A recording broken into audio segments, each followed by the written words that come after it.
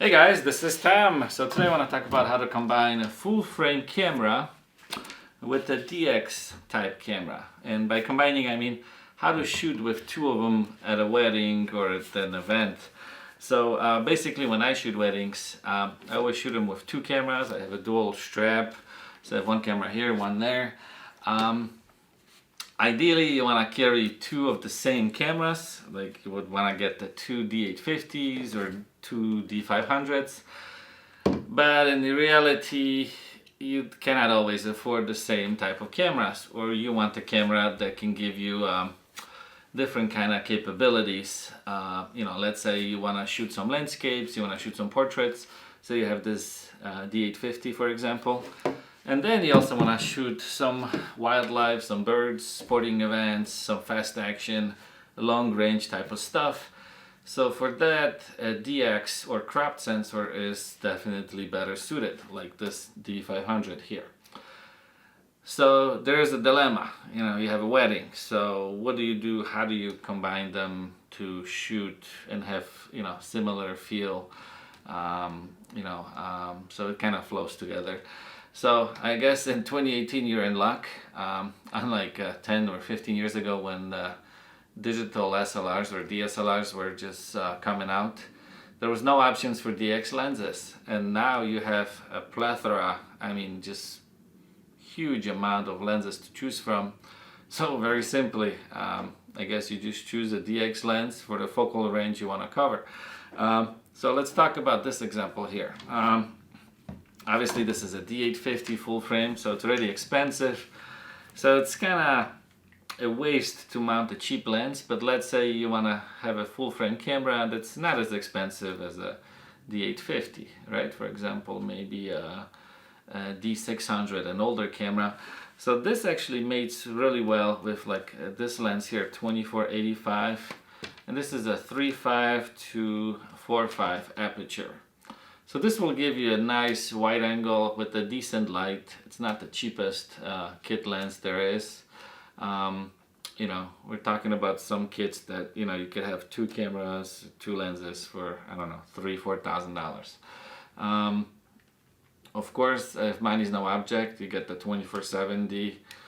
You get two of these bodies, and then you get an, D5 body for, sports, or another D500. But we want to be able to combine the two cameras to, to be able to shoot it at the event.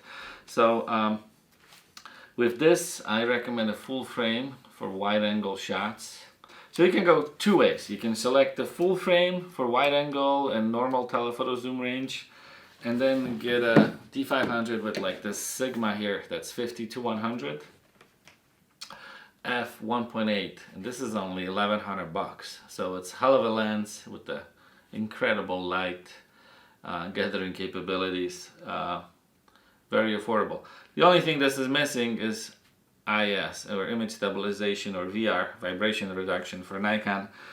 But then again, you mate this with the D500, and you can almost simulate a 70-200 lens on a full frame body like this one, except it doesn't have image stabilization. So you have to watch your aperture, you have to watch your shutter speeds. So why put a long lens on a DX body?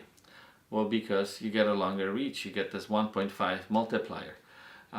So with this combo here, that Sigma 50-100 f1.8, and then the 24-85 on a full frame, this will work extremely well for any type of event.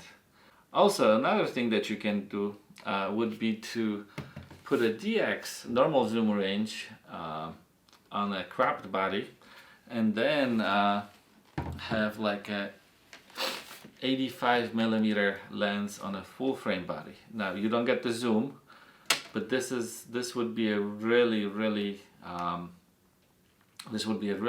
light combo, and you would have this great portrait lens f1.8. It will be much smaller than this, so much easier to carry. There's really a lot of ways you can go about, and as long as you cover your focal range, and you have a really decent lens for portraits, something between I would say 70 or 80 millimeters and 120 millimeters at least. Then you get really nice portraits with the nice bokeh. You just can't go wrong. Well, so I hope I answered your questions today. This was SLR Tom. Thanks for watching.